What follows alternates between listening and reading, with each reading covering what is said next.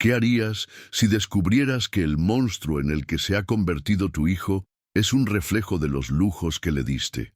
Un padre a punto de perder la esperanza decide arriesgarlo todo en una última y dolorosa lección. Se disfraza de mendigo para enfrentarse a la peor cara de su heredero, sin imaginar que la humillación que está a punto de sufrir será la semilla de una transformación extraordinaria. Si crees en las segundas oportunidades y en el poder del amor para sanar las heridas más profundas, esta historia es para ti. Acompáñanos en este viaje de redención. Suscríbete a nuestro canal Relatos del Alma y activa la campanita. No querrás perderte ni un segundo de esta increíble narrativa. Y si esta historia toca tu corazón, déjanos un like para que sepamos que estamos en el camino correcto. ¡Quítese de en medio, viejo inútil!, gritó Mateo Vega desde el centro del restaurante La Cúpula, señalando con desdén al anciano de unos 75 años que acababa de cruzar el umbral. Arturo se detuvo en la puerta, sintiendo cómo su corazón se aceleraba dolorosamente al ver a su hijo sentado en una mesa con dos amigos de aspecto igualmente elegante, todos riendo como hienas ante su presencia. Era un jueves de noviembre, y la prueba más crucial en la vida de un padre acababa de comenzar de la peor manera imaginable. El restaurante La Cúpula era el establecimiento más exclusivo de la ciudad, un santuario de opulencia donde los platos costaban más que un salario mínimo, y la clientela ostentaba su riqueza como si fueran trofeos de guerra.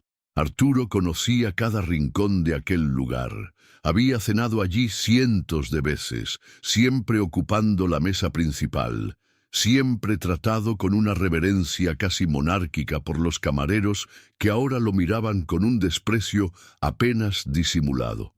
«Miren esto, señores», continuó Mateo, poniéndose de pie en la mesa que compartía con Lucas Serrano y Javier Morales, sus inseparables amigos millonarios. Otro de estos viejos perdidos que se atreve a invadir nuestro espacio. Los tres hombres, todos en la treintena, estallaron en una carcajada que resonó con crueldad por el sofisticado salón. Lucas Serrano, heredero de un imperio constructor multimillonario, golpeó la mesa con una fuerza que hizo temblar las copas de cristal. «Mateo, de verdad que atraes a cada personaje. ¿Dónde encuentras a estas figuras?», dijo, secándose las lágrimas de la risa. Lucas padecía la misma enfermedad que Mateo. Había nacido en cuna de oro y jamás había necesitado trabajar un solo día para conseguir algo en la vida. Javier Morales, propietario de una cadena de gimnasios de lujo heredada de su padre, ya estaba grabando la escena con su teléfono móvil de última generación.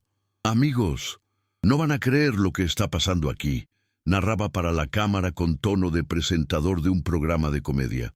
«Un anciano demente ha invadido La Cúpula, pensando que esto es un albergue para desamparados».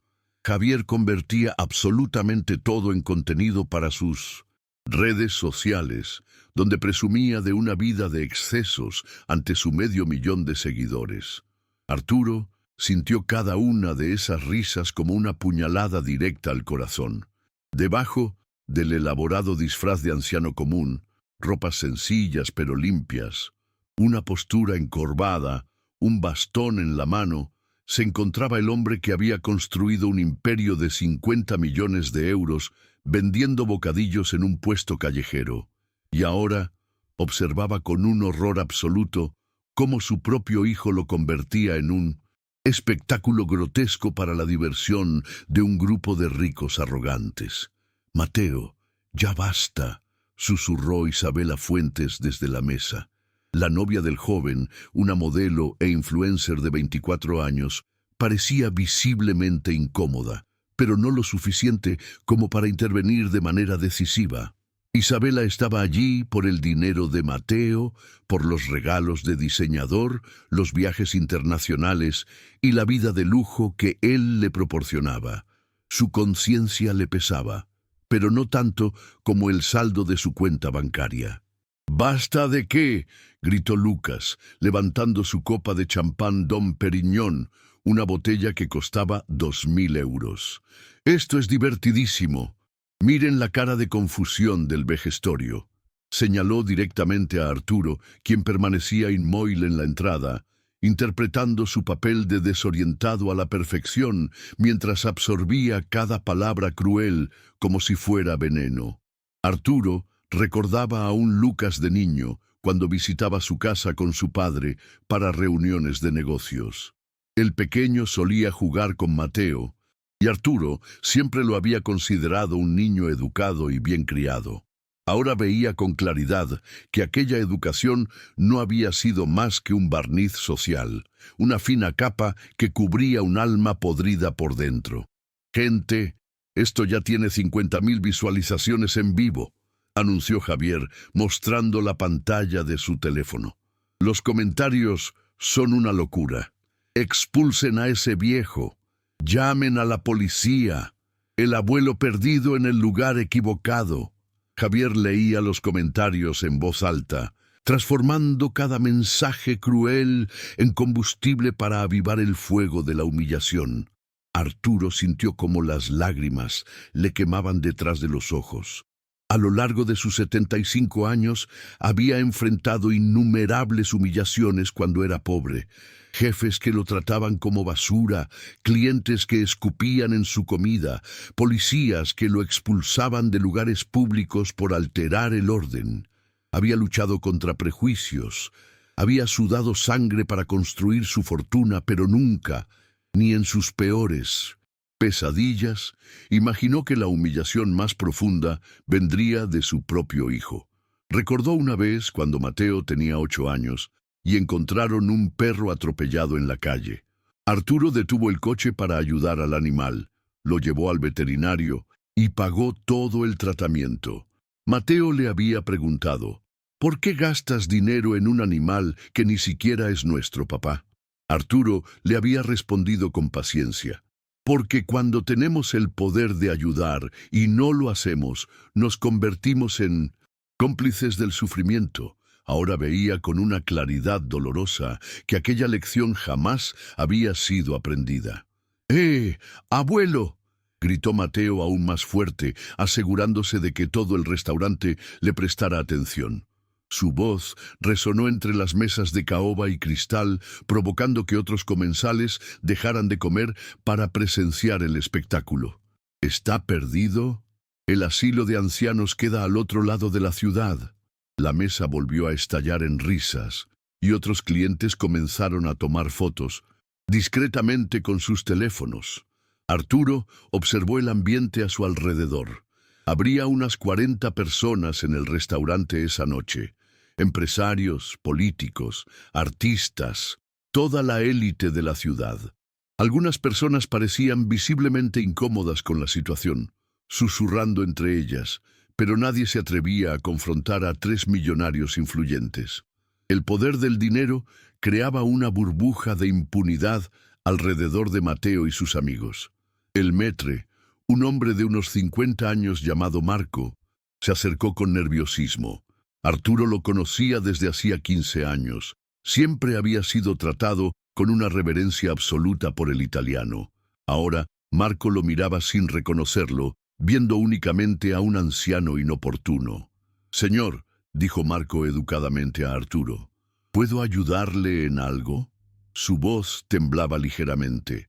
Sabía que expulsar al anciano frente a los demás clientes podría generar comentarios negativos en las redes, pero también sabía que contrariar a los jóvenes millonarios podría costarle su empleo.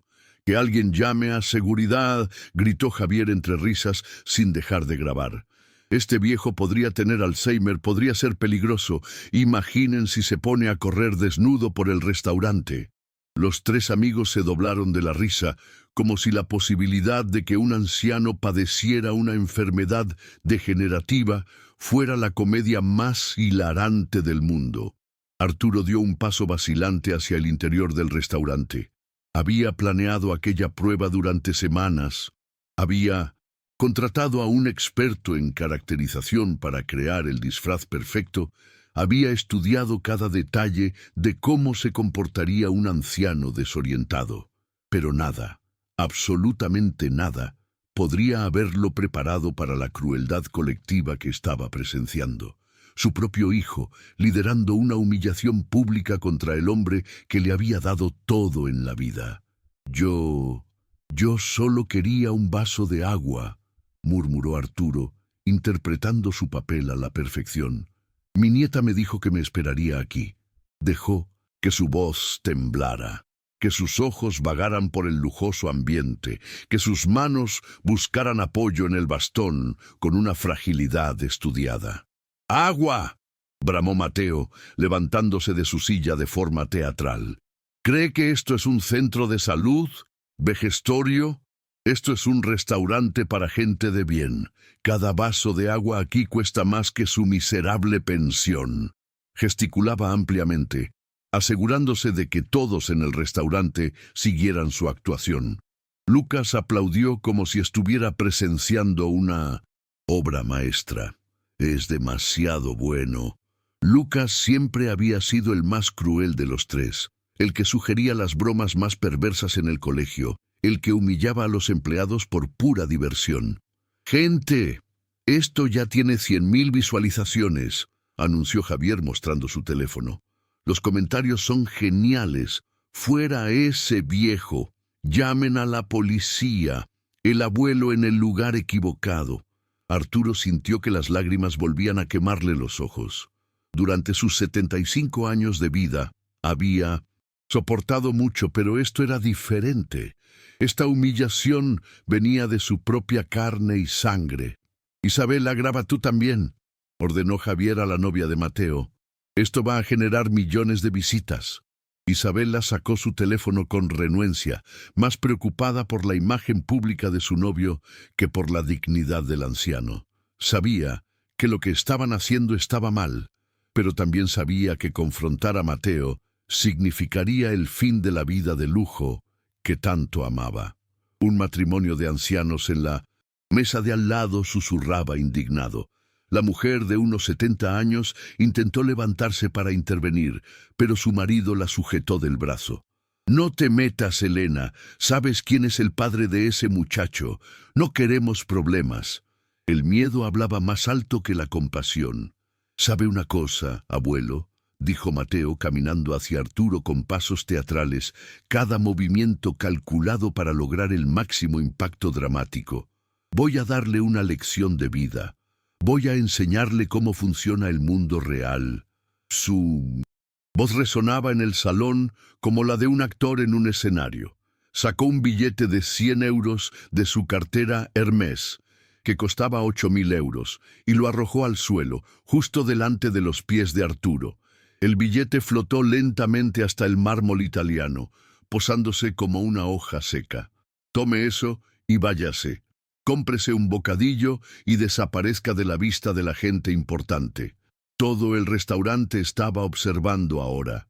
40 pares de ojos fijos en la escena, 40 testigos de la crueldad más absoluta. Algunas personas grababan discretamente, otras susurraban comentarios, pero nadie intervenía. El poder, el dinero y la influencia social de Mateo creaban una barrera invisible, protegiéndolo de las consecuencias de sus actos. Arturo miró el billete en el suelo y sintió que en ese instante moría todo lo que había construido como padre. 75 años de vida, 50 años de trabajo arduo, 32 años dedicados a criar a ese hijo, y todo se resumía a un billete de 100 euros arrojado al suelo como limosna para un perro. «¡Cógelo ya!», gritó Lucas golpeando la mesa. «¿O es que se cree mejor que el dinero? ¿Piensa que merece más que eso?». Lucas siempre había sido así, incapaz de ver a los seres humanos como algo más que un entretenimiento personal. «Vamos, abuelo», lo animó Javier sin dejar de grabar. «El público está esperando. Ya tenemos 200.000 visualizaciones». Para Javier, todo era contenido. Todo era material para alimentar su ego digital. Arturo se agachó lentamente, cada movimiento una agonía física y emocional. Su espalda protestó, no por la edad fingida, sino por el peso del desengaño que soportaba. Recogió el billete con manos que temblaban de verdad ahora, no por la caracterización, sino por el dolor de un padre destrozado. Cuando se enderezó, miró directamente a los ojos de su hijo. Por un segundo, solo un segundo, vio un destello de algo parecido al reconocimiento en la mirada de Mateo. Las cejas se fruncieron ligeramente. La cabeza se inclinó de forma imperceptible, como si algo familiar resonara en su memoria. Pero fue tan fugaz que pudo haber sido solo la imaginación de Arturo. «Gracias, señor», murmuró Arturo, doblando el billete y guardándolo en el bolsillo de su sencilla camisa. «Que Dios le bendiga», incluso en medio de la humillación, incluso sintiendo su corazón hacerse pedazos, aún pudo encontrar fuerzas para desear bendiciones al hijo que lo estaba destrozando. «Ahora, lárguese», bramó Mateo señalando la puerta con un gesto imperial. «Y no vuelva nunca más. La gente como usted no es bienvenida donde existe gente como nosotros». La frase resonó en el restaurante como una sentencia final, como un decreto de expulsión de su propio paraíso. Arturo caminó hacia la salida, cada paso resonando en el mármol como los golpes de un martillo sobre el ataúd de sus esperanzas. Los lujosos salones, las lámparas de cristal, las obras de arte en las paredes, todo parecía burlarse de él ahora. Detrás de él, oyó a Javier gritar: «Así se hace, Mateo. Enséñales a estos viejos inútiles cuál es su lugar en el mundo». En las mesas de alrededor, algunas personas negaban con la cabeza en silenciosa desaprobación. Otras seguían grabando, convirtiendo su humillación en entretenimiento viral. Marco el Maître le abrió la puerta con expresión avergonzada, evitando mirarle a los ojos. En la puerta, Arturo se giró una última vez. Mateo estaba de vuelta en la mesa, alardeando ante sus amigos de cómo había resuelto el problema del viejo inoportuno. Los tres reían, brindaban con champán de 1000 euros la botella, celebraban la humillación que habían infligido a un ser humano como si fuera una victoria deportiva. «Tío, eres increíble», decía Lucas, levantando su copa. «Ese vejestorio no olvidará jamás el día que intentó meterse con nosotros». 300.000 visualizaciones, anunciaba Javier, eufórico. «Esto me va a conseguir al menos 20.000 nuevos suscriptores. Gracias, abuelo». Isabela intentaba sonreír, pero Arturo podía ver la incomodidad en sus ojos. Sabía que había presenciado algo terrible, pero carecía del coraje moral para confrontar la crueldad que financiaba su estilo de vida. Arturo salió del restaurante y caminó 3 calles hasta donde había aparcado su Mercedes clase S. Entró en el coche, se quitó el disfraz con manos temblorosas y se puso el traje caro que había guardado en el asiento trasero. En 10 minutos, volvió a transformarse en el empresario Arturo Vega, dueño de una de las mayores fortunas de la ciudad. Pero por dentro seguía siendo el padre destrozado que acababa de descubrir que había criado a un monstruo. Cogió su teléfono y llamó al doctor Armando Ríos, su abogado desde hacía 20 años. «Armando, soy Arturo. Necesito que prepares unos documentos urgentes. Voy a desheredar a mi hijo. Todo, hasta el último céntimo. Cada propiedad, cada acción de la empresa. Arturo, ¿estás seguro? Esto es irreversible. Estamos hablando de 50 millones de euros. Estoy absolutamente seguro». Y Armando: «Sí, prepara también los documentos para transferir a Mateo al puesto de repartidor en la empresa. Salario mínimo, sin coche de empresa, sin tarjeta corporativa, sin beneficios. Va a aprender lo que es trabajar de verdad». Al otro lado de la línea, el abogado tragó saliva. Conocía a Arturo desde hacía 2 décadas y nunca lo había oído hablar con esa frialdad metálica en la voz. «¿Y los 50 millones, Arturo? ¿A dónde irán?» Arturo miró por la ventanilla del coche, viendo a varias personas sin hogar buscando comida en los contenedores cerca de un restaurante de comida rápida. Vamos a crear un refugio para ancianos abandonados por sus familias, para personas que la sociedad trata como mi hijo me trató a mí hoy. Vamos a darles dignidad a quienes han perdido la esperanza. Arturo, ¿lo has pensado bien? Mateo es tu único hijo, tu único heredero. Mateo murió para mí esta noche, Armando. Lo que queda es solo un extraño cruel que casualmente lleva mi apellido. Prepara los papeles. Mañana por la mañana quiero tenerlo todo listo. Esa noche, Mateo volvió a casa borracho a las 3 de la madrugada, todavía riéndose con sus amigos sobre la diversión que habían tenido con el viejo perdido. Lucas y Javier se habían ido a una discoteca dispuestos a continuar la celebración. Mateo no tenía ni idea de que acababa de destruir su propia vida, y no tenía la menor idea de que el viejo inútil al que había humillado era el hombre que hasta ese momento consideraba a su hijo como su mayor riqueza. A partir de la mañana siguiente, Mateo descubriría lo que significaba estar al otro lado de la crueldad, y Arturo descubriría si aún había tiempo para salvar el alma del hijo que había perdido a manos de la codicia y la arrogancia. Pero primero, Mateo tendría que caer, y la caída sería más dura que cualquier cosa que su mente privilegiada pudiera imaginar. «¡Papá! ¿Qué significa esto?», bramó Mateo, arrojando los papeles sobre la mesa de caoba del despacho de Arturo. Eran las 7 de la mañana del viernes, y el joven se había despertado con una resaca brutal, solo para descubrir que su vida había sido demolida durante la noche. «No puedes estar hablando en serio».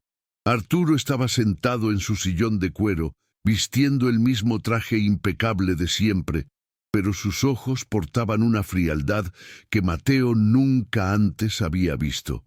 «Hablo completamente en serio, Mateo.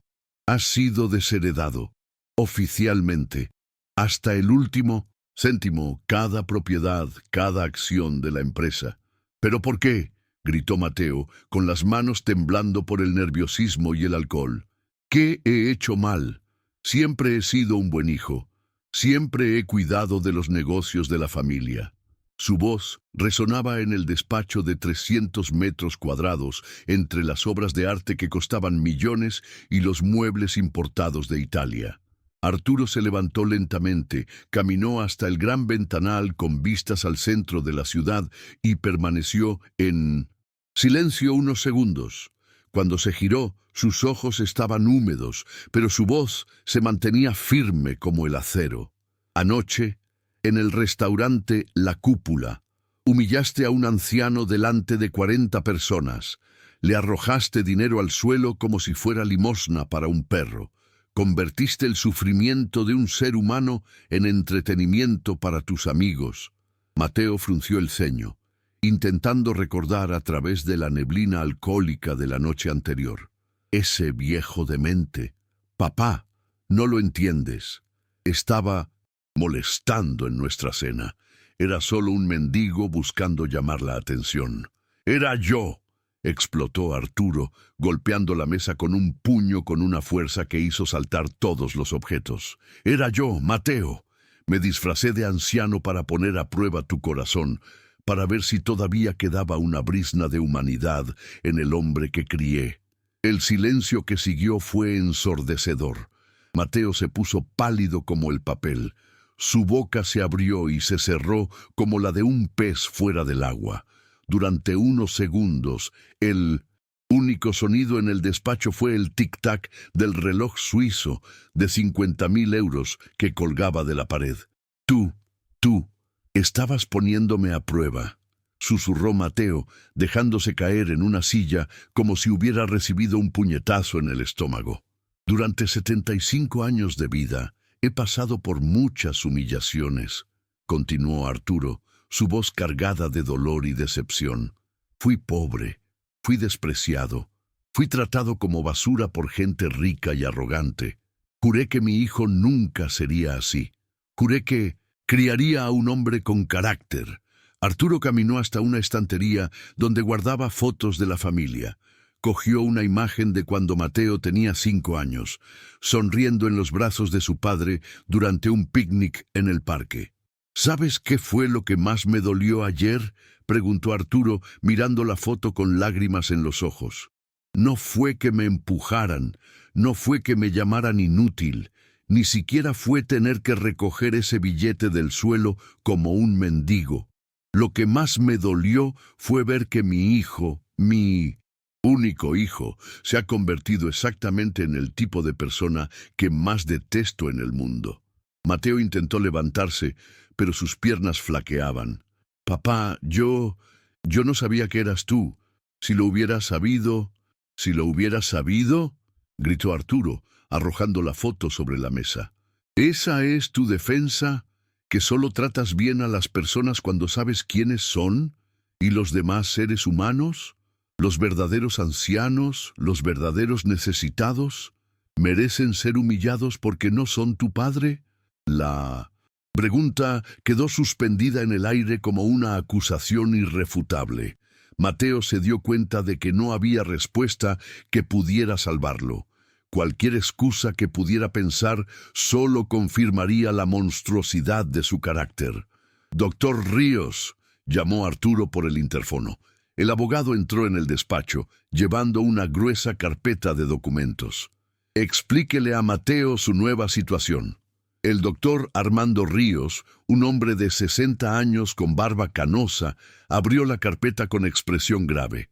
«Mateo, por determinación legal de tu padre, has sido destituido de todos tus cargos ejecutivos en la empresa. Ya no tienes acceso a cuentas bancarias, tarjetas corporativas, coches de empresa, ni a ningún otro beneficio». «¿Y mi herencia?», preguntó Mateo con voz temblorosa. «Transferida íntegramente a una fundación benéfica que tu padre está creando. 50 millones de euros se utilizarán para construir un refugio para ancianos abandonados». Mateo sintió que el mundo se derrumbaba a su alrededor. «Pero, papá, no puedes hacer esto. Soy tu único hijo, tu sangre. La sangre no significa nada cuando el alma está podrida», respondió Arturo con frialdad. «Tendrás una última oportunidad para demostrar que todavía hay salvación para ti». «¿Qué oportunidad?». «Trabajarás como repartidor en la empresa. Salario mínimo, 1.400 euros al mes. Sin privilegios, sin lujos, sin la protección de mi nombre. Descubrirás lo que es trabajar de verdad». Mateo soltó una risa nerviosa, pensando que era una broma. «Papá, no estás hablando en serio. Yo, repartidor, tengo un MBA, conduzco un Ferrari». «Conducías un Ferrari», interrumpió el doctor Ríos. «El coche ha sido confiscado esta mañana, junto con tu ático, tus relojes Rolex y todo lo que fue comprado con dinero de la empresa». «¿Dónde voy a vivir?», preguntó Mateo, el pánico apoderándose de su voz. Arturo arrojó una llave sobre la mesa. «Un apartamento de una habitación en la periferia. El alquiler de 800 euros al mes se descontará de tu sueldo.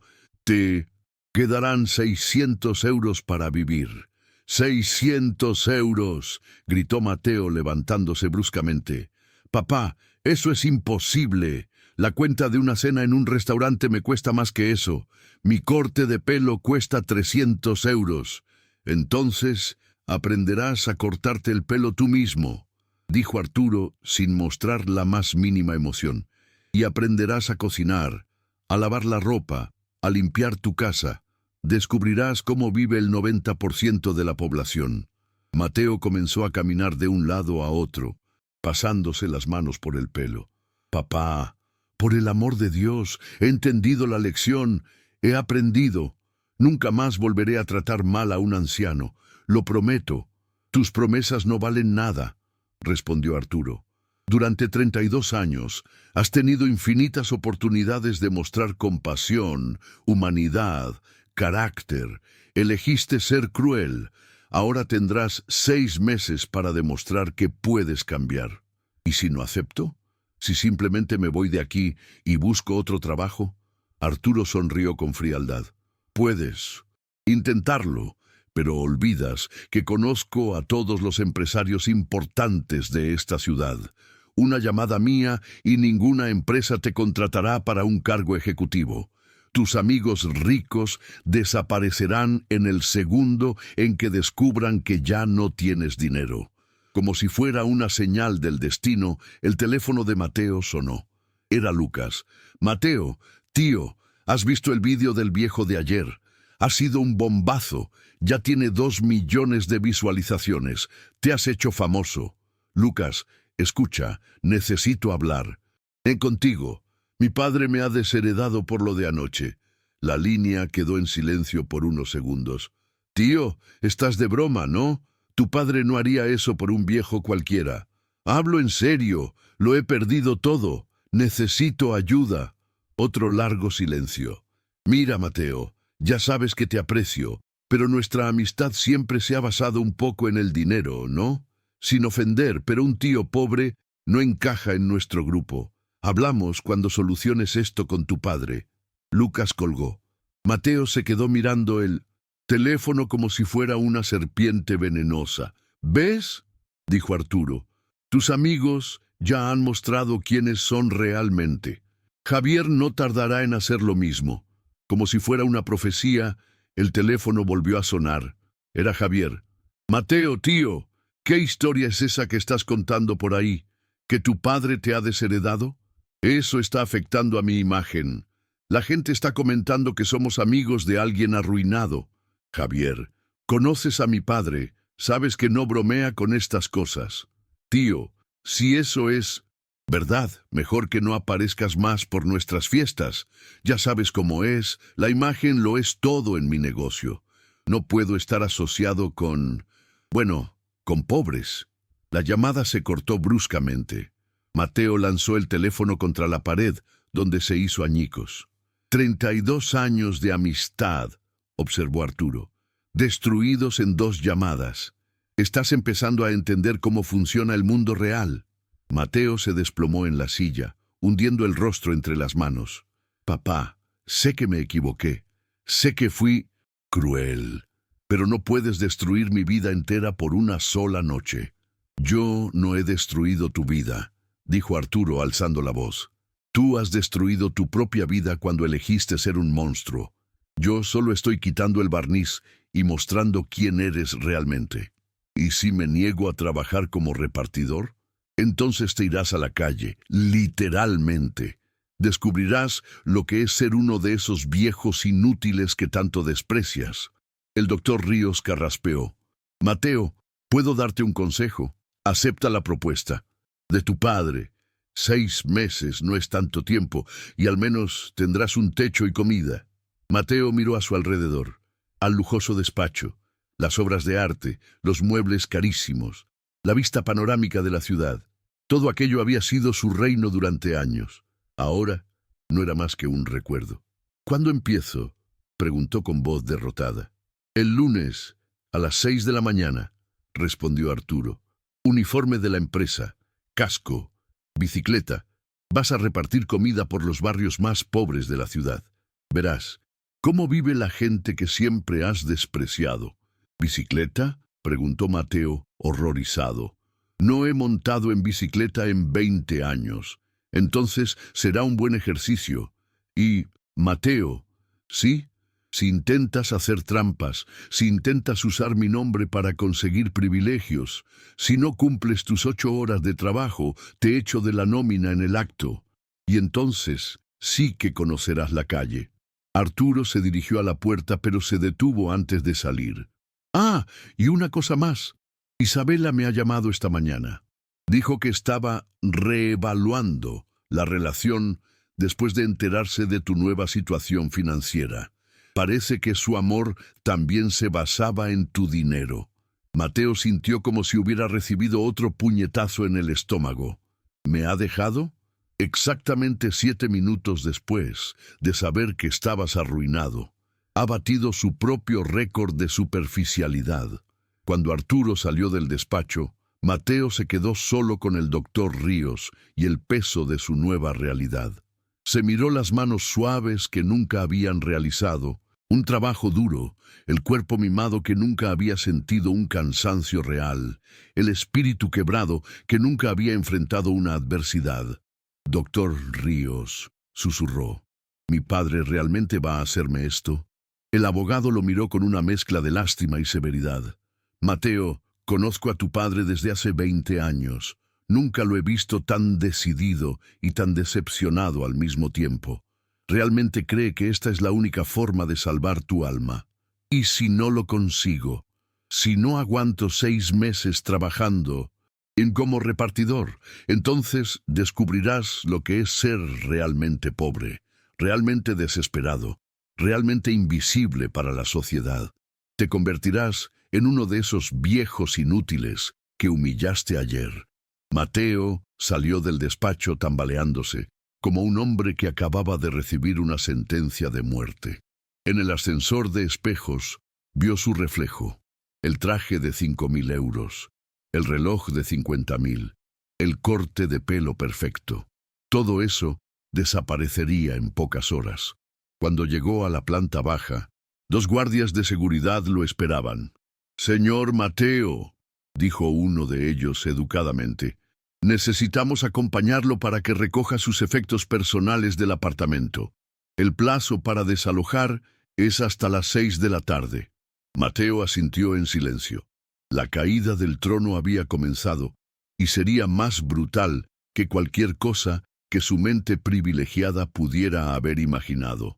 Esa noche, en el apartamento de una habitación en la periferia, Mateo se tumbó en un colchón fino sobre el frío suelo de cemento pulido. Por primera vez en su vida sintió hambre de verdad. No tenía dinero para pedir comida a domicilio y no sabía ni freír un huevo. Miró el teléfono roto sobre la barata mesa de plástico y se dio cuenta de que ya no tenía a nadie a quien llamar. Todos sus amigos habían desaparecido, su novia lo había abandonado, su vida de lujo se había evaporado como el humo, pero lo peor de todo era el recuerdo que no se le iba de la cabeza, la imagen del anciano humillado en el restaurante, agachándose para recoger el billete de 100 euros del suelo. Ahora sabía que ese anciano era su padre, y que él, Mateo, se había convertido en el tipo de persona que más odiaba cuando era niño. El lunes, a las 6 de la mañana, su nueva vida comenzaría, y descubriría si aún había tiempo para reconquistar no solo la herencia perdida, sino algo mucho más valioso: el respeto por sí mismo y el amor del padre al que había decepcionado de la forma más cruel posible. «¡Despierta, princesita!», gritó Ricardo, el supervisor de los repartidores, golpeando la puerta del vestuario a las 5:50 de la mañana. «Tu carroza dorada te espera fuera». Los demás repartidores se rieron de la broma cruel mientras se ponían los uniformes amarillos de la empresa Vega Delivery. Mateo se despertó sobresaltado en el banco de madera donde había intentado dormir. Le dolía la espalda como si lo hubiera atropellado un camión. Sus músculos gritaban de dolor por haber dormido en una postura extraña, y la cabeza le latía con la peor resaca de su vida. Había llegado al almacén de la empresa a las 5 de la mañana, descubriendo que no había vestuarios individuales, solo un espacio colectivo donde 20 hombres se cambiaban juntos. Pijo!», gritó Ricardo de nuevo. «Levanta ese culo blando. Aquí no se sirve el desayuno en la cama». Mateo se levantó tambaleándose.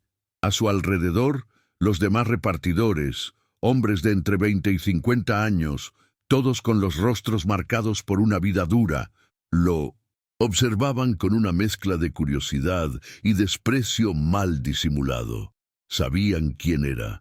Conocían su historia de príncipe mimado que ahora había caído del paraíso. «Coge el uniforme de ahí», dijo Pedro, un hombre de 40 años con cicatrices en las manos y una mirada cansada. «La talla M debería servirle a tu delicada constitución». Los demás repartidores se rieron de la provocación. Mateo cogió el uniforme amarillo con letras rojas estampadas. Vega Delivery, la rapidez que alimenta. Era la primera vez en 32 años que vestía ropa de trabajo manual. La camisa era áspera, los pantalones demasiado anchos y la gorra le apretaba la cabeza como un tornillo de banco. Los zapatos de seguridad están en esa estantería, continuó Pedro, señalando unas zapatillas negras y toscas. Olvídate de tus zapatos italianos de 1.000 euros. Aquí necesitas protección, no encanto. Cuando Mateo terminó de vestirse, se miró en el espejo empañado del vestuario. El reflejo que vio lo dejó en shock. Parecía un trabajador común, uno más en la multitud de personas invisibles que siempre había despreciado. El uniforme lo convertía en un número, en una función, en nada. «Vamos, Cenicienta», bramó Ricardo. Reunión general en el patio. El patio de la empresa era un espacio de hormigón, rodeado de altas vallas, donde 50 bicicletas amarillas estaban alineadas como soldados listos para la batalla. Los repartidores se agruparon en un semicírculo, mientras Ricardo, un hombre de 50 años, con una barriga prominente y la voz ronca por el tabaco, explicaba las reglas.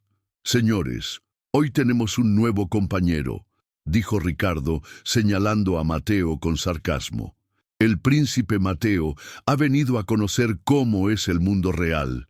Démosle la bienvenida». El público respondió con aplausos irónicos y risas maliciosas.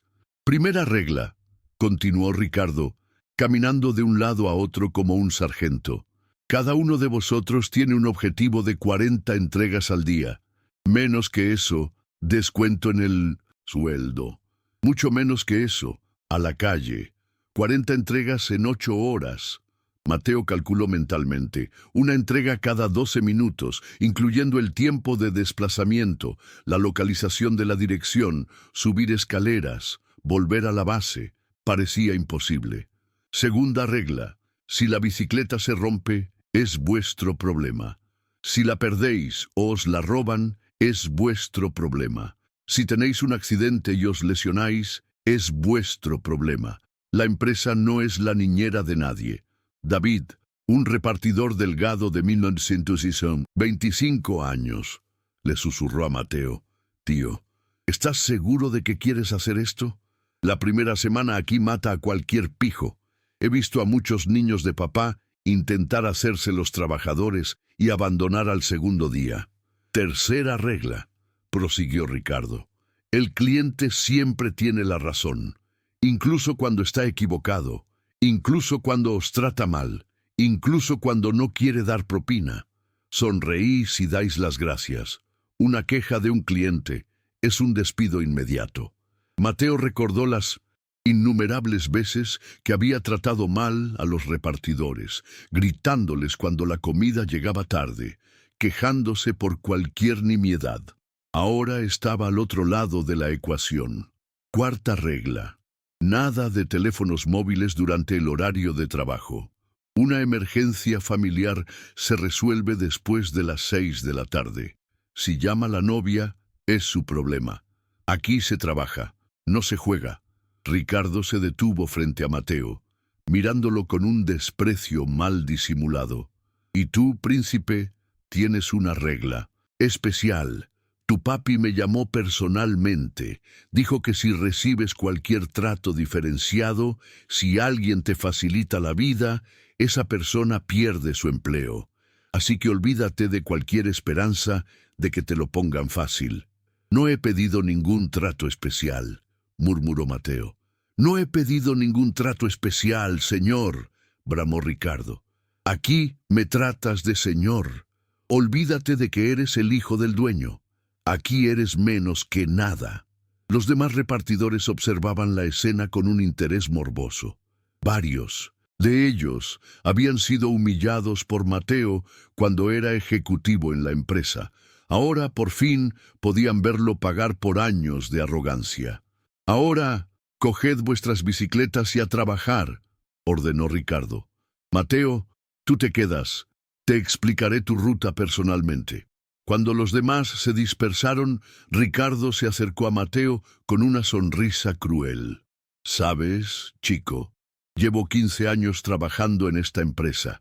Te he visto pasearte por los pasillos como un príncipe, tratando a los empleados como basura. ¿Recuerdas cuando despediste a mi sobrino porque derramó café en tu mesa?»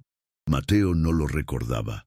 Para él, despedir gente siempre había sido tan común como cambiarse de ropa. «Claro, no lo recuerdas, porque para ti éramos invisibles. Ahora vas a descubrir lo que es ser invisible». Ricardo lo llevó hasta una bicicleta amarilla con la pintura desconchada y los neumáticos medio desinflados. Su carroza, Alteza, sin suspensión, sin marchas, sin freno trasero. Es la peor bicicleta que tenemos, pero es la que te mereces. Mateo se subió a la bicicleta y casi se cae de inmediato. Hacía 15 años que no montaba en bicicleta y sus músculos atrofiados apenas podían mantener el equilibrio. «Primera dirección», dijo Ricardo entregándole un papel con una caligrafía garabateada. «Calle de las Flores, 847, apartamento 304, un menú de pollo, valor 12 euros. Y chico, sí señor, buena suerte, la vas a necesitar». Mateo salió pedaleando por las calles de la ciudad a las 7 de la mañana. El tráfico ya era intenso. Los coches tocaban el claxon con impaciencia, los autobuses soltaban humo negro, los motoristas zigzagueaban entre los vehículos como locos. Y él, acostumbrado al aire acondicionado y al asiento de cuero, ahora pedaleaba en medio de esa jungla urbana. La primera dificultad fue encontrar la dirección. La calle de las Flores estaba en un barrio popular que Mateo nunca había visitado en sus 32 años de vida. Las casas eran sencillas, las calles estaban llenas de baches y no había GPS en la bicicleta. Tuvo que parar 3 veces para pedir indicaciones. «¿La calle de las Flores?», le dijo una anciana. «Sube toda esa cuesta, gira a la izquierda en el supermercado y luego baja hasta la plaza». Mateo miró la empinada cuesta que tenía delante y sintió que las piernas le flaqueaban solo de imaginarlo. Empezó a pedalear, pero después de 50 metros ya estaba sin aliento. Le quemaban los músculos, el sudor le corría por la cara y tuvo que parar a descansar. Un grupo de niños que jugaba en la acera se rió de él. «Mira, mamá, el repartidor está cansado antes de llegar», gritó una niña de 6 años. La madre regañó a la niña, pero Mateo vio en sus ojos la misma diversión cruel. Tardó 40 minutos en hacer una entrega que debería haber durado 12. Cuando llegó al edificio, descubrió que el ascensor estaba estropeado. Apartamento 304 significaba un cuarto piso, 80 escalones, cargando la mochila térmica a la espalda. Finalmente, la clienta se quejó al abrir la puerta. «1 hora para traer un menú. ¿De dónde sacan a estos repartidores incompetentes?». Mateo respiró hondo, recordando la regla. El cliente siempre tiene la razón. «Le pido disculpas por la demora, señora. Hubo un imprevisto en el tráfico». «¿Imprevisto? Estás sudando como un cerdo. Parece que has corrido una maratón para traer mi almuerzo». La mujer cogió la comida y le cerró la puerta en la cara sin darle propina. De vuelta en la calle, Mateo consultó la siguiente dirección. Otros 15 kilómetros de pedaleo, esta vez a un barrio al otro lado de la ciudad. Se subió a la bicicleta y reanudó su calvario. A mitad del trayecto empezó a llover. Una lluvia fina que rápidamente se convirtió en un temporal. Mateo no tenía chubasquero.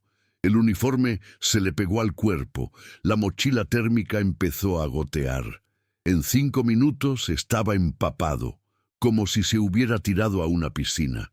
Se detuvo bajo una marquesina para protegerse, pero otros repartidores que pasaban le gritaron: «La primera lluvia y ya te rindes, pijo». El código no escrito de la profesión era claro: llueva, haga sol, frío o calor, la entrega tenía que continuar. La segunda entrega fue en una barriada empinada, donde las calles eran estrechos callejones de piedra resbaladiza. Mateo tuvo que bajarse y empujar la bicicleta por pasadizos donde apenas cabía una persona. Niños descalzos corrían a su alrededor, perros callejeros ladraban agresivamente y el olor a alcantarilla al aire libre le invadió las fosas nasales. «¡Reparto!», gritó cuando llegó a la dirección, una casa de madera con el tejado roto. «¡Qué repartidor más raro!», dijo el cliente, un hombre de unos 30 años sin camiseta y con tatuajes por todo el cuerpo.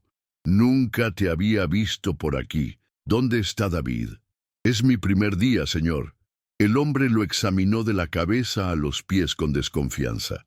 «Primer día, tío. No pareces un repartidor, pareces un pijo disfrazado. ¿Seguro que no es una broma de la tele?» Mateo le entregó la comida y volvió pedaleando bajo la lluvia, ahora más intensa. Tenía las manos en carne viva de tanto agarrar el manillar mojado. Las piernas le temblaban de cansancio y todavía le quedaban 38 entregas por delante. A media tarde se detuvo en un semáforo junto a un Ferrari rojo, exactamente igual al que conducía hacía una semana. El conductor, un joven de su edad vestido con un traje caro, miró a Mateo con el mismo desprecio que él solía tener por los repartidores. Por un momento, sus miradas se cruzaron a través del cristal. El joven rico solo vio a otro trabajador sucio y cansado. No reconoció al expríncipe Mateo Vega, ahora solo un número más en el ejército de invisibles que mantenía la ciudad en funcionamiento. Cuando el semáforo se puso en verde, el Ferrari aceleró, dejando a Mateo en una nube de gases. Él continuó pedaleando lentamente, sintiendo en su propia piel lo que significaba ser despreciado, ignorado, tratado como un obstáculo molesto. A las 6 de la tarde volvió al almacén completamente destrozado. Solo había conseguido hacer 22 entregas, 18 por debajo del objetivo. Ricardo lo esperaba con una sonrisa sádica. 22 entregas, príncipe. Mi récord personal en el peor de mis días fue de 35. Eres patético incluso para ser repartidor. Señor, ha sido mi primer día. Todavía estoy aprendiendo. Aprendiendo, chico.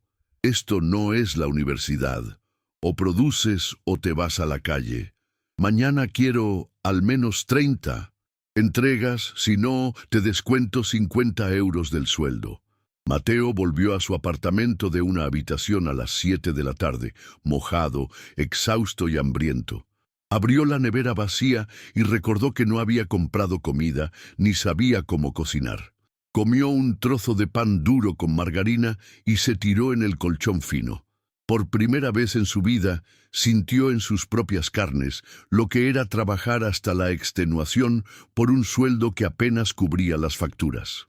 Entendió por qué los repartidores que conocía siempre parecían cansados, irritados, desesperanzados. No era mala voluntad, era supervivencia.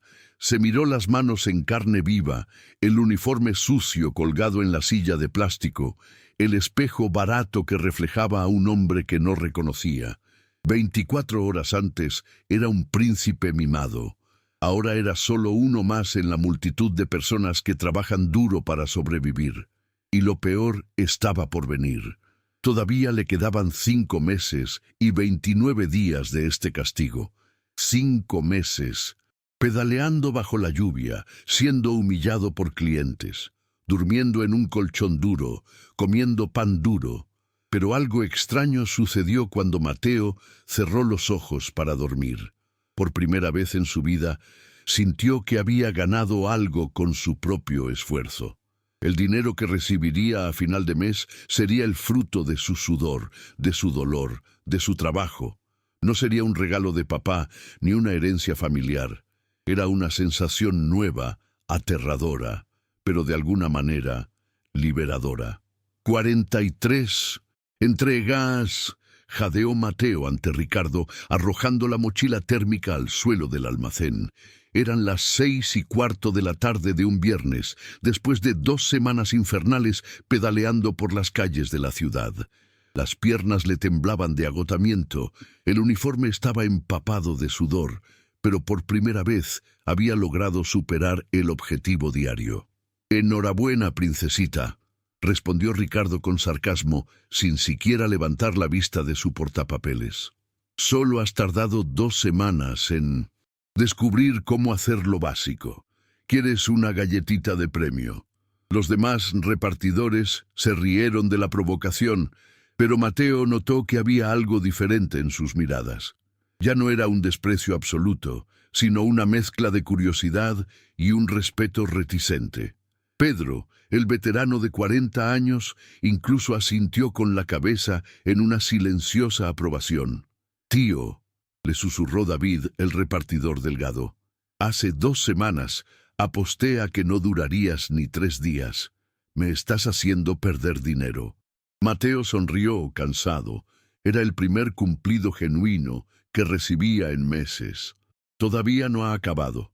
Me quedan más de 5 meses por delante». «Nadie aguanta 6 meses en este puesto», negó David con la cabeza. «Especialmente alguien que nunca ha hecho un trabajo duro en su vida.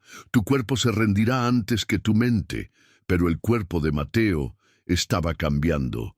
2 semanas pedaleando 8 horas al día habían transformado sus músculos flácidos en fibras duras. Sus manos, antes suaves como la seda, ahora tenían callos gruesos.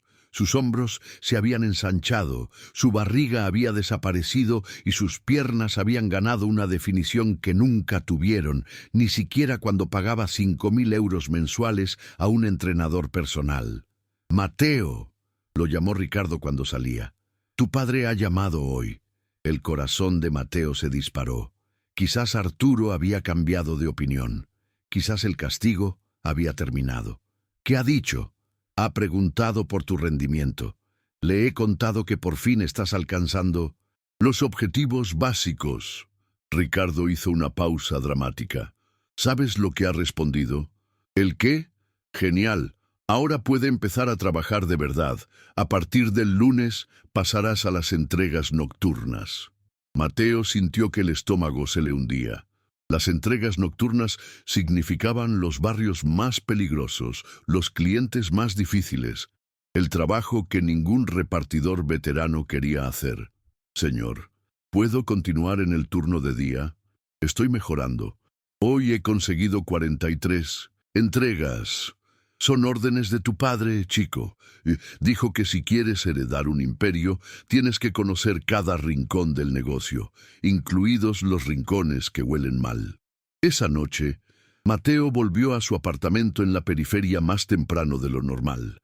El barrio estaba diferente. Grupos de jóvenes en las esquinas, música alta, un movimiento sospechoso. Por primera vez, sintió miedo caminando por las calles donde vivía. Subió los 3 tramos de escaleras hasta su apartamento y encontró a su vecina, doña Elvira, una señora de 60 años, sentada en el rellano llorando. «Doña Elvira, ¿se encuentra bien?», le preguntó, deteniéndose frente a ella. «Ay, hijo mío», suspiró ella, secándose los ojos con la manga de su sencillo vestido. «Es mi nieto, Miguel. Está ingresado en el hospital con neumonía y no tengo dinero para comprar las medicinas que le ha recetado el médico». Mateo sintió algo extraño en el pecho, una sensación que no había experimentado en años. Era compasión, empatía genuina por otra persona. Antes, cuando era rico, veía historias tristes como esta solo como estadísticas lejanas, problemas de otra gente. «¿Cuánto cuestan las medicinas, doña Elvira?» 200 euros, hijo mío. Puede parecer poco para ti, pero para mí es una fortuna. Mi pensión es solo el salario mínimo. 200 euros. Mateo calculó mentalmente. Era casi 1/3 de su sueldo mensual, dinero que necesitaba para comida y facturas básicas. Hacía un mes, gastaba 200 euros en una sola comida sin pestañear. Ahora era una cantidad que representaba un sacrificio real. «Doña Elvira, yo puedo ayudarla». Los ojos de la señora se abrieron de par en par. «Hijo mío, ¿estás seguro? ¿Trabajas tanto, pedaleando todo el día en esa bicicleta? Estoy seguro. Mateo sacó los 4 billetes de 50 euros que había reservado para la comida de la semana. Compre las medicinas para Miguel. Se pondrá bien. Doña Elvira se levantó y lo abrazó, llorando de gratitud. Que Dios te bendiga, hijo mío. Eres un ángel disfrazado. Cuando la puerta se cerró tras él, Mateo se miró en el espejo agrietado del baño. Había algo diferente en sus ojos, una luz que no existía cuando era rico. Por primera vez en su vida, había ayudado a alguien con un sacrificio personal real, no solo extendiendo un cheque sin sentir el impacto financiero. El lunes comenzó el turno de noche. Las entregas eran en la zona baja, el barrio más peligroso de la ciudad, donde los traficantes controlaban las esquinas y la policía solo entraba en grandes grupos. Mateo pedaleaba por los oscuros callejones con el corazón desbocado, la mochila térmica pareciendo un objetivo en su espalda. ¡Reparto!, gritó en la primera casa, una chabola de madera con música a todo volumen saliendo por las paredes. «¡Entra, colega!», gritó una voz desde dentro. Mateo dudó. La regla de la empresa era no entrar nunca en casa de los clientes, pero negarse podría significar problemas. Una queja, el despido. Entró en la chabola y encontró a 5 hombres jóvenes sentados en una mesa improvisada, jugando a las cartas y bebiendo cerveza. El olor a marihuana era fuerte y había armas visibles sobre el viejo sofá.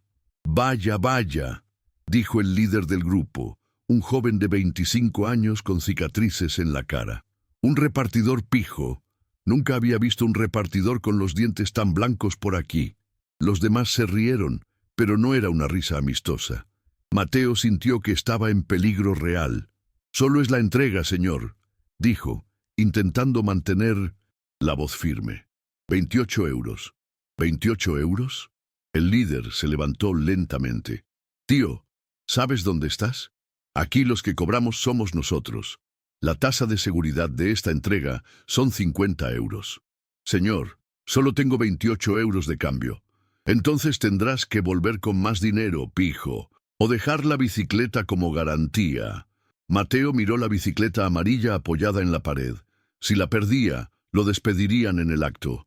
Pero si se enfrentaba a esos hombres, podría no salir vivo de allí. «Por favor», dijo, y por primera vez en su vida la palabra «por favor» salió con una humildad genuina. «La bicicleta es mi herramienta de trabajo. Sin ella, no puedo mantener a mi familia». La mentira sobre tener familia le salió de forma natural. Mateo pensó en doña Elvira, en su nieto ingresado, en las personas que dependían de un trabajo sencillo para sobrevivir. El líder lo estudió durante unos largos segundos. «¿Familia? ¿Cuántos hijos?» 2, mintió Mateo de nuevo, pero esta vez sintió como si fuera verdad. Doña Elvira y Miguel eran ahora su familia, de una forma extraña. «Mirad eso», dijo el hombre a los demás. «El repartidor tiene familia que mantener». Se acercó a Mateo y por un momento el ambiente se tensó. «Respeto a quien trabaja honradamente para mantener a sus hijos. Coge tu bicicleta y lárgate, pero la próxima vez trae algo de dinero extra. Esto no es el barrio de Salamanca». Mateo salió de la chabola con las piernas temblorosas, pero con una lección grabada en su mente. Había mundos en la ciudad que nunca supo que existían. Personas luchando por sobrevivir de formas que su vida privilegiada nunca le había permitido imaginar. La segunda entrega fue en un edificio abandonado, donde familias enteras vivían en apartamentos sin luz ni agua. Mateo subió 7 pisos en la oscuridad, guiándose solo por la luz de su móvil, tropezando con escombros y basura. «Apartamento 704», murmuró, buscando el número en las puertas rotas. «¡Aquí!», gritó una voz femenina desde un apartamento sin puerta. Mateo entró y encontró a una mujer de 30 años con 2 niños pequeños durmiendo en un colchón en el suelo. El apartamento no tenía muebles, solo cajas de madera como mesa y sillas. «Disculpa la demora», dijo la mujer, buscando dinero en un bolso viejo. «Tuve que pedírselo prestado a la vecina. Llevamos 3 días comiendo solo pan». Mateo miró a los niños. Una niña de 5 años y un niño de 3, demasiado delgados para su edad, durmiendo abrazados como cachorros. Asustados. «Señora», dijo impulsivamente, «quédese con la comida, no hace falta que pague». «¿Cómo, hijo mío?» «Es por cuenta de la empresa», mintió. «Una promoción especial para familias con niños». La mujer se echó a llorar. «Que Dios os bendiga. Llevo 3 días rezando por un milagro y apareces tú como un ángel». Mateo salió de aquel edificio destrozado por dentro. Acababa de usar sus propios 20 euros para pagar una entrega que la empresa le descontaría de su sueldo. Matemáticamente era una estupidez. Emocionalmente era lo primero verdaderamente correcto que había hecho en sus 32 años de vida. Durante la semana, las entregas nocturnas se convirtieron en una educación en realidad social que ningún MBA podría proporcionar. Mateo conoció a familias que vivían con menos de 500 euros al mes, a ancianos abandonados por sus hijos, a niños que trabajaban vendiendo caramelos en los semáforos para ayudar en casa. Y con cada historia, con cada rostro sufrido, recordaba la prueba de su padre en el restaurante. Ahora entendía por qué Arturo se había sentido tan devastado. No se trataba solo de que lo trataran mal. Se trataba de descubrir que su hijo se había vuelto ciego al sufrimiento humano. El viernes de la 3ª semana, Mateo volvió al almacén con 46 entregas completadas, 3 por encima del objetivo. Pero más importante que los números, había distribuido comida gratis a 5 familias necesitadas usando su propio dinero. «Mateo», lo llamó Pedro, cuando estaban guardando las bicicletas. «¿Puedo hablar contigo?» «Claro, tío. Hay algo diferente en ti. Al principio pensé que eras solo otro pijo haciéndose el trabajador, pero estás cambiando. Te estás convirtiendo en una persona». «Gracias, Pedro. Quiero darte un consejo de alguien que lleva 20 años en esto. No dejes que esta vida te endurezca demasiado. He visto a mucha gente buena volverse amargada porque el mundo es cruel. Tú estás encontrando el equilibrio. Trabajas duro, pero no has perdido tu humanidad». Esa noche, Mateo se tumbó en el colchón fino, pensando en las palabras de Pedro. 3 semanas antes, era un hombre rico pero vacío por dentro. Ahora era un hombre pobre, pero por primera vez sentía que su vida tenía un propósito real. El teléfono sonó. Era un mensaje de un número desconocido. «Hijo mío, soy doña Elvira. Miguel ha salido hoy del hospital. Los médicos han dicho que la medicina funcionó perfectamente. Has salvado la vida de mi nieto. Que Dios bendiga siempre. Tus manos trabajadoras». Mateo se miró sus propias manos callosas, sucias, con pequeños cortes del áspero manillar. Hacía un mes eran manos que nunca habían trabajado, ahora eran manos que salvaban vidas. Y por primera vez desde que todo comenzó, sonrió de verdad. Todavía le quedaban más de 4 meses de castigo, pero Mateo comenzaba a sospechar que quizás no era un castigo. Quizás era el mayor regalo que su padre podría haberle dado. 3 meses, 90 días pedaleando por las calles, subiendo cuestas, enfrentando la lluvia y un sol abrasador, conociendo una realidad que su vida privilegiada había mantenido completamente oculta. Mateo se miró en el espejo agrietado del baño y apenas reconoció al hombre que le devolvía la mirada. Sus brazos estaban definidos como nunca, incluso cuando pagaba una fortuna a entrenadores personales en gimnasios de lujo. Sus manos eran las de un trabajador, callosas, con pequeñas cicatrices del áspero manillar, las uñas sucias de grasa. Su rostro había perdido la palidez de quien vive en despachos con aire acondicionado. adquiriendo un bronceado natural de quien pasa 8 horas al día al aire libre. Pero el cambio más profundo no estaba en el cuerpo, estaba en los ojos. Ya no tenían esa frialdad arrogante de antes. Ahora portaban algo que nunca había poseído: compasión genuina por el dolor ajeno. ¡Mateo! Doña Elvira llamó a la puerta del apartamento. «Hijo mío, ¿estás ahí?». Abrió la puerta y encontró a su vecina sosteniendo un plato de comida casera: arroz, frijoles, pollo desmenuzado y ensalada. El aroma era infinitamente más apetitoso que cualquier plato de un restaurante de 5 estrellas que hubiera probado jamás. Doña Elvira no tenía por qué molestarse. Claro que tenía, lo interrumpió ella entrando en el sencillo apartamento. «Salvaste la vida de mi Miguel. Es lo mínimo que puedo hacer». Se detuvo mirando a su alrededor. «Dios mío, ¿cómo vives aquí? No tienes ni una mesa en condiciones». El apartamento era realmente espartano. Un colchón en el suelo, 2 sillas de plástico, una mesita baja, un fogón de 2 fuegos y una nevera vieja que hacía ruido toda la noche. Para alguien que había vivido en un ático de 500 metros cuadrados, era casi una celda de castigo.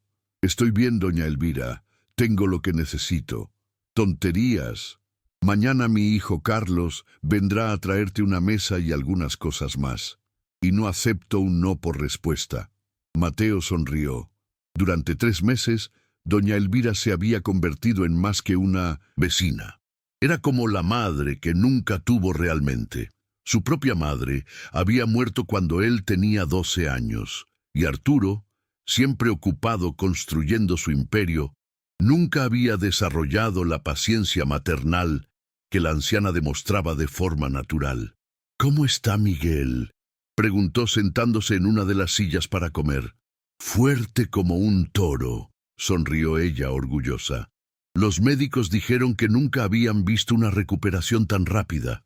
Es el poder de la oración y de la medicina que tú compraste». Sus ojos se llenaron de lágrimas. «Mi nieto está vivo gracias a ti». Mateo tragó un trozo de pollo y sintió un nudo en la garganta. Hacía 4 meses, si alguien le hubiera dicho que sería más feliz salvando la vida de un niño pobre que comprando un coche de 500.000 euros, se habría reído en su cara. Ahora sabía que esa era la más pura verdad. «Doña Elvira, ¿puedo preguntarle algo?». «Claro, hijo mío. ¿Usted ha sido rica alguna vez?». Ella soltó una carcajada, una risa genuina, que resonó en el pequeño apartamento. «Rica, mi niño. Nací en una familia de 10 hermanos. Mi padre era albañil, mi madre lavaba ropa para afuera. Trabajé desde los 8 años vendiendo dulces en el mercado». «¿Y es feliz?». La pregunta le salió antes de que pudiera censurarla. Doña Elvira dejó de reír y lo miró con una atención renovada. «Qué pregunta más extraña, hijo mío». «Feliz. Es que yo crecí siendo rico. Tenía todo lo que el dinero puede comprar, pero nunca fui feliz. Nunca sentí que mi vida tuviera un propósito real. Usted con tan poco parece más feliz de lo que yo he sido jamás». Doña Elvira se acercó y sostuvo sus manos callosas entre las suyas, aún más ásperas por décadas de trabajo duro. «Mateo, el dinero compra comodidad, pero no compra la paz de espíritu. No compra el amor verdadero, no compra la satisfacción de ayudar al prójimo». Le apretó las manos. «Estás descubriendo eso ahora, ¿verdad? Por primera vez en tu vida estás realmente vivo». Sus palabras resonaron en su mente durante el resto de la noche. Realmente vivo. Era eso lo que sentía, como si hubiera pasado 32 años durmiendo y acabara de despertar. A la mañana siguiente llegó al almacén de la empresa a las 5:50, como siempre, pero había algo diferente en el aire. Ricardo, el supervisor, estaba nervioso, caminando de un lado a otro con un papel en la mano. «Señores, reunión general», gritó. «Tenemos una situación». Los 50 repartidores se agruparon en el patio. Mateo notó que varios compañeros lo saludaron con un gesto de cabeza. algo impensable 3 meses atrás, cuando era visto solo como el pijo que se hacía el trabajador. La empresa está pasando por dificultades financieras, anunció Ricardo, su voz perdiendo el tono autoritario habitual. Vamos a tener que despedir a 20 personas. A partir de hoy, solo se quedan los 30 mejores repartidores. Un murmullo de preocupación recorrió el grupo. Mateo sintió que el estómago se le encogía, no por el miedo a ser despedido, sino por la angustia de ver a compañeros que dependían de ese empleo para mantener a sus familias. La lista de los despedidos está aquí, continuó Ricardo, desdoblando el papel. A quien yo llame, que recoja sus cosas y se vaya. No hay discusión. Comenzó a leer los nombres. David, el repartidor delgado que se había hecho amigo de Mateo. El señor Antonio, un hombre de 55 años con 4 hijos. María, la única mujer repartidora que mantenía a su madre enferma. Mateo observó cómo los rostros de sus compañeros se descomponían uno por uno. Hombres y mujeres que se levantaban a las 5 de la mañana, pedaleaban 8 horas en un tráfico peligroso. Volvían a casa exhaustos, todo para garantizar 1.400 euros a final de mes. Ahora la mitad de ellos estaba perdiendo incluso eso. Pedro Silva, leyó Ricardo, y Mateo sintió como si le hubieran dado un puñetazo. Pedro, el veterano de 40 años, el hombre que se había convertido en su mentor informal, estaba siendo despedido. Mateo vio a su compañero bajar la cabeza, derrotado. Pedro tenía 3 hijos en el colegio y una esposa que había perdido su empleo durante la pandemia. Cuando Ricardo terminó de leer la lista, Mateo se dio cuenta de que su nombre no había sido llamado. Estaba entre los 30 que se quedaban. Los que os quedáis, concluyó Ricardo, tendréis que compensar el trabajo de los despedidos. El objetivo diario sube a 50 entregas. Quien no lo consiga, a la calle la semana siguiente. 50 entregas al día. Era humanamente imposible. Significaba una entrega cada 9 minutos, incluyendo desplazamiento, localización, subida de escaleras y vuelta a la base. Incluso para los repartidores más experimentados, era un objetivo absurdo. Mateo se acercó a Pedro, que estaba vaciando la pequeña taquilla donde guardaba sus cosas. Pedro, esto es injusto. Eres el mejor repartidor que conozco. Gracias, chico, respondió Pedro sin levantar la vista. Pero la injusticia es el nombre del juego. El rico se hace más rico y el pobre más pobre. ¿Y ahora? ¿Qué vas a hacer? Pedro se encogió de hombros con la resignación de quien ha pasado por muchas decepciones en la vida. Buscaré otro trabajo, quizás de guardia de seguridad nocturno, quizás de peón de obra. Lo que aparezca. Pedro, escucha. Mateo dudó, luego decidió hablar. ¿Y si consiguiera un trabajo mejor para ti en la parte administrativa de la empresa? Pedro lo miró con curiosidad. ¿Cómo harías eso? Eres un repartidor, como yo. Era verdad. Oficialmente, Mateo era solo otro empleado. No podía usar la influencia de su padre sin romper las reglas de la prueba.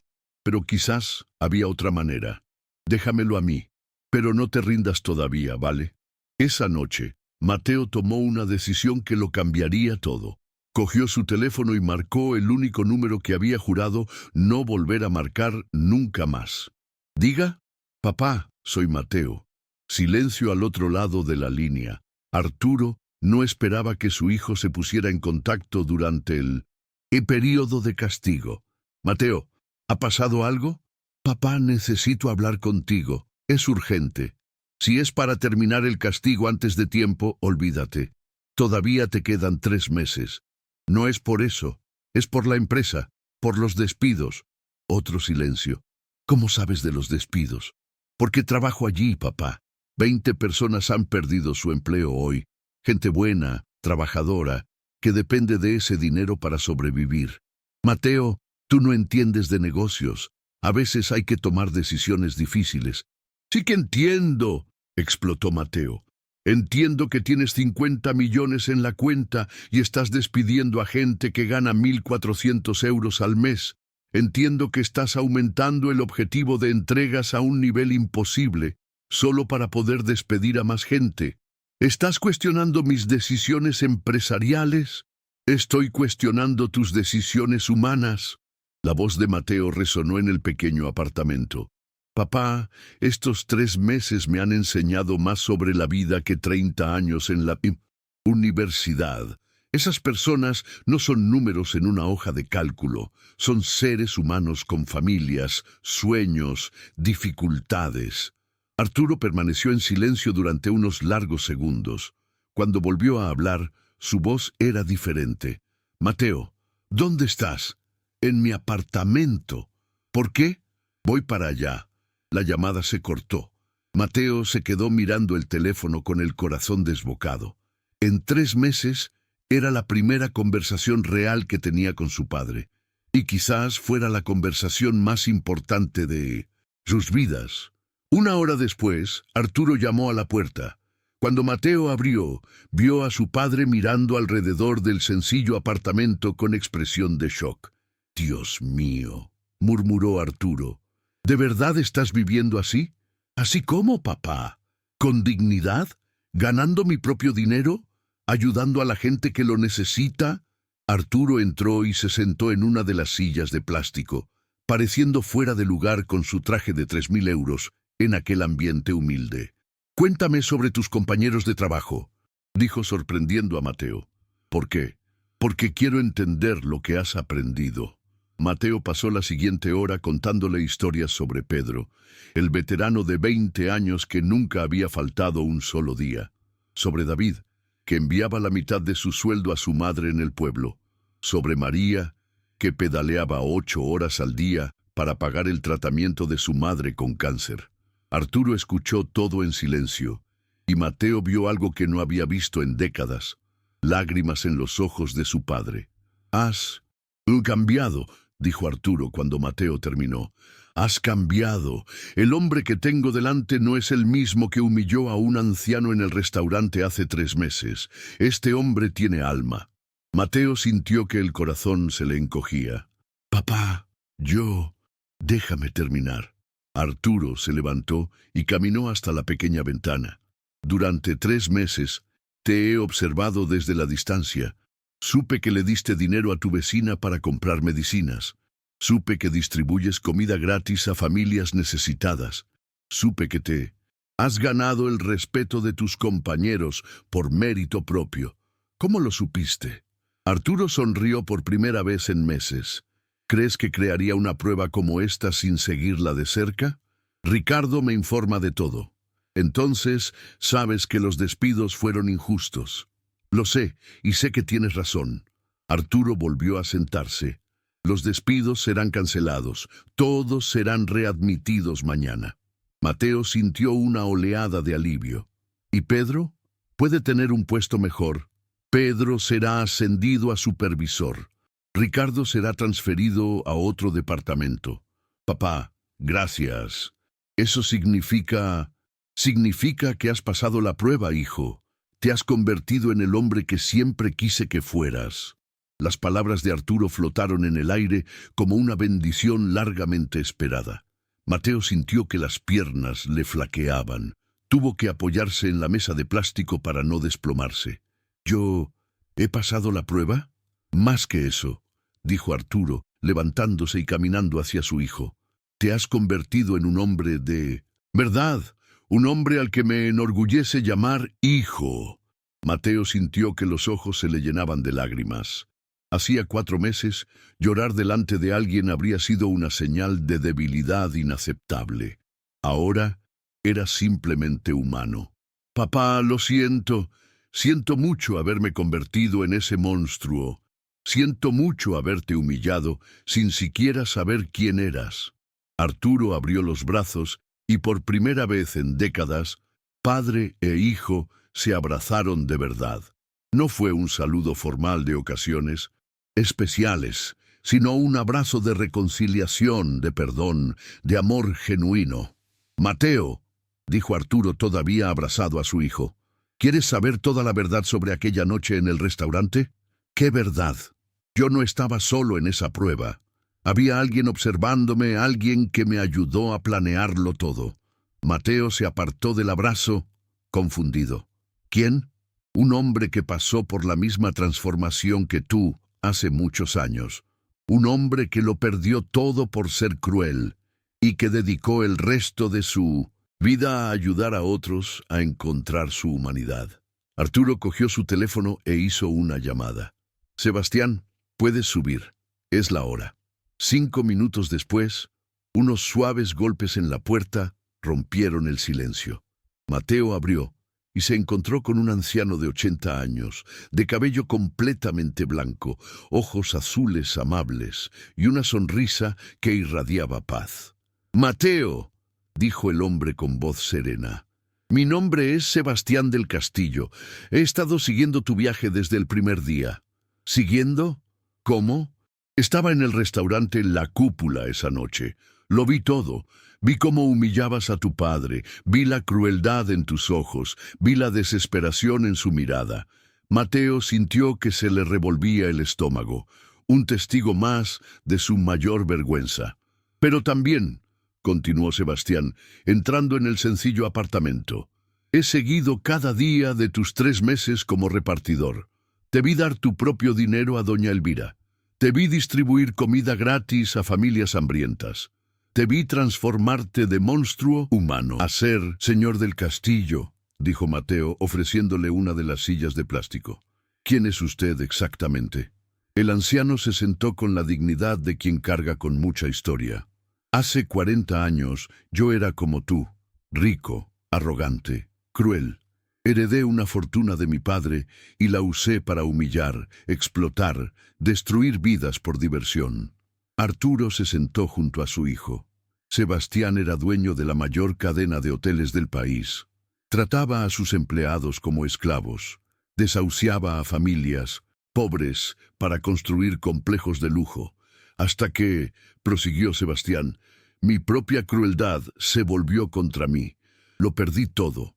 Dinero, familia, amigos, respeto.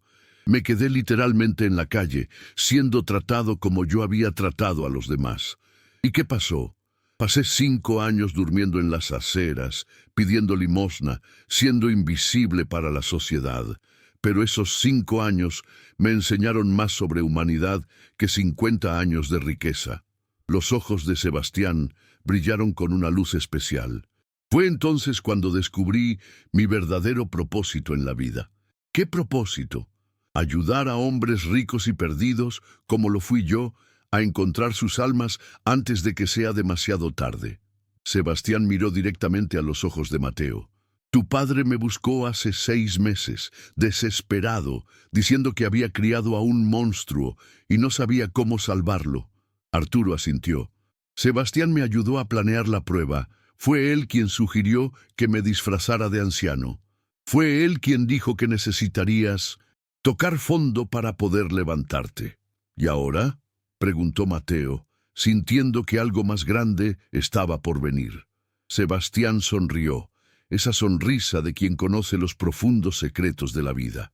Ahora, mi joven amigo, comenzamos el verdadero trabajo. Transformar tu redención personal en algo que transforme cientos de otras vidas. El anciano se levantó y caminó hasta la pequeña ventana, mirando la periferia allá abajo. Mateo, ¿alguna vez has imaginado cómo sería un lugar donde las personas sin hogar pudieran no solo refugiarse, sino reconstruir por completo sus vidas? ¿Cómo? Un refugio que fuera más que un refugio. Una comunidad completa, con casas dignas, huertos para plantar, talleres para trabajar, escuelas para los niños, un centro de salud. Todo lo que una persona necesita para renacer. Arturo se unió a ellos en la ventana. Sebastián gestiona 3 comunidades así por todo el país. Más de 2000 personas que han salido de las calles y hoy tienen una vida digna. ¿Y los 50 millones a los que renunciaste?, dijo Sebastián, son exactamente lo que necesitamos para crear la 4ª comunidad, la más grande de todas. Mateo sintió que el corazón se le aceleraba. ¿Ya teníais esto planeado? No planeado, corrigió Arturo. Soñado. Pero solo sería posible si tú cambiabas de verdad, si realmente entendías el valor de usar la riqueza para sanar el mundo, no para herirlo. En los meses siguientes, Mateo se dividió entre su trabajo como repartidor y el proyecto más ambicioso de su vida. Junto con Arturo y Sebastián, comenzaron la construcción de la comunidad Nuevo Amanecer en un terreno de 50 hectáreas en las afueras de la ciudad. El proyecto era revolucionario. No eran solo casas sencillas, sino un modelo completo de reintegración social. Cada familia recibía una casa de 2 habitaciones, un trozo de tierra para cultivar y la oportunidad de trabajar en los talleres comunitarios. Panadería, carpintería, costura, mecánica. Mateo descubrió que tenía talento para organizar personas y recursos.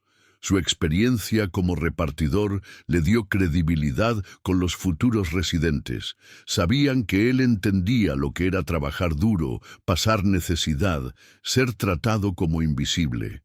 Mateo, le dijo doña Lucía, una mujer de 40 años que había vivido 10 años bajo un puente.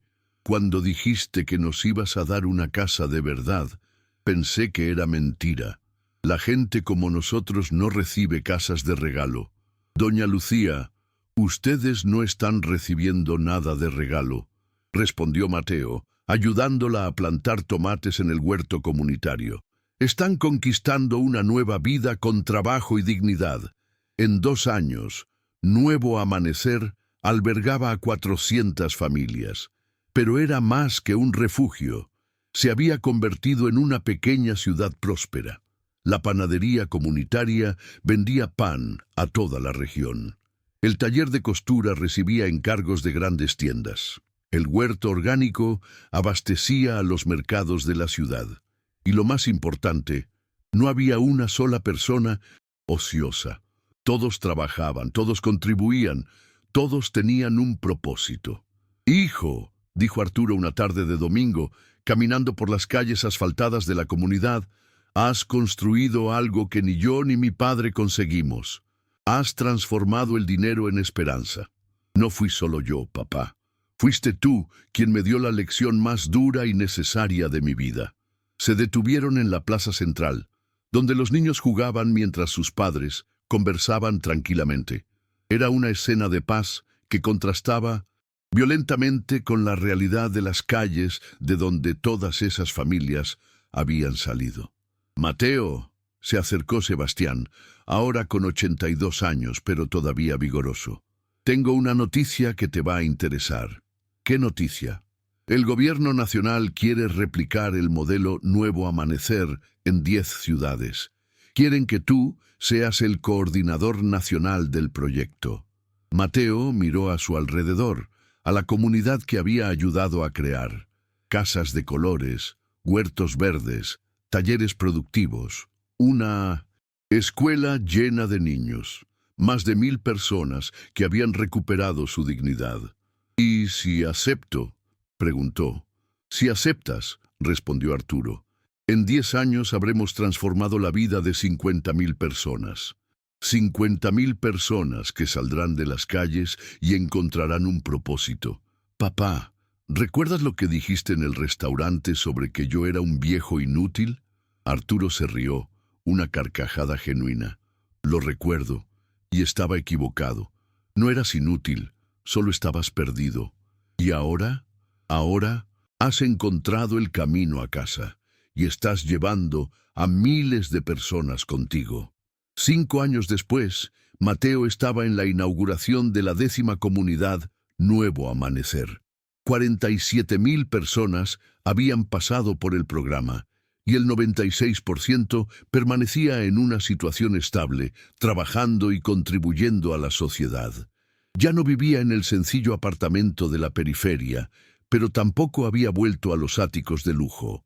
Vivía en una casa sencilla dentro de la primera comunidad, rodeado de la gente a la que había ayudado a transformar. «Señor Mateo», Miguel ahora con 12 años, el nieto de doña Elvira, corrió hacia él. «Mi abuela quiere hablar con usted». Doña Elvira, ahora con 68 años, se acercó sonriendo. Se había convertido en la coordinadora social de la primera comunidad, ayudando a las nuevas familias a adaptarse. «Mateo, hijo mío, ha llegado una carta para ti». Era un sobre sencillo, sin remitente. Cuando lo abrió, encontró una foto y una carta manuscrita. La foto mostraba a un hombre de unos 50 años, bien vestido, junto a una familia, esposa y 2 hijos pequeños. En el reverso estaba escrito: Lucas Serrano, Nuevo Amanecer, Sao Paulo. Familia reunida después de 3 años en la calle. La carta decía: Mateo, no me conoces, pero yo a ti sí. Hace 5 años yo era uno de los hombres que se reían cuando humillaste a aquel anciano en el restaurante. Era tu amigo, Lucas. Después de que tú lo perdieras todo, yo también lo perdí. Vicios, malas decisiones, arrogancia. Acabé en la calle durante 3 años. Nuevo Amanecer me salvó. Hoy trabajo como carpintero. Tengo una familia. Tengo dignidad. Gracias por demostrar que la gente puede cambiar. Salvaste mi vida. Mateo sintió que los ojos se le llenaban de lágrimas. Lucas, el amigo cruel que había participado en su mayor vergüenza, era ahora una de las personas salvadas por el proyecto que había nacido de esa misma vergüenza. «¡Qué carta más bonita!», dijo doña Elvira, leyendo por encima de su hombro. «Otra vida transformada». Doña Elvira recuerda aquella noche, hace 5 años, cuando llegué a casa llorando después de mi primer día como repartidor. «Lo recuerdo, hijo mío. Estabas destrozado pensando que no aguantarías. Usted me dijo algo que nunca he olvidado. Me dijo que me estaban pelando como a una cebolla, capa por capa, hasta que solo quedara lo esencial. Y tenía razón», sonrió ella. Todas las capas de arrogancia, crueldad y superficialidad fueron eliminadas. Lo que quedó fue el hombre de buen corazón que siempre estuvo ahí debajo, esperando nacer. Esa noche, Mateo se tumbó en la sencilla cama de su casa en la comunidad, escuchando los sonidos familiares. Niños jugando, vecinos conversando, la vida sucediendo en abundancia donde antes solo había desesperación. Pensó en su padre, que a sus 80 años seguía activo, supervisando la expansión de las comunidades. Pensó en Sebastián, que había fallecido pacíficamente 6 meses antes, a los 83 años, sabiendo que su legado continuaría vivo. Pensó en sí mismo, de príncipe mimado a repartidor humillado, de repartidor humillado a hombre transformado, de hombre transformado a líder de un movimiento que cambiaba vidas a escala nacional. Pero sobre todo, pensó en aquella noche en el restaurante La Cúpula, cuando un hijo demasiado cruel para reconocer a su propio padre había plantado, sin saberlo, la semilla de su propia redención. La prueba más dura de su vida había sido también el mayor de los regalos. La humillación más profunda se había convertido en la fuente de su mayor realización. Y mientras el sueño llegaba, Mateo sonrió con la certeza de haber encontrado el verdadero significado de la riqueza. No es lo que se acumula para uno mismo, sino lo que se construye para los demás. El joven que un día gritó: «Quítese de en medio, viejo inútil», se había convertido en el hombre que dedicaba su vida a asegurar que nadie más fuera tratado como inútil, invisible o desechable. 50.000 vidas transformadas, una ciudad entera construida sobre el amor, la redención y las segundas oportunidades.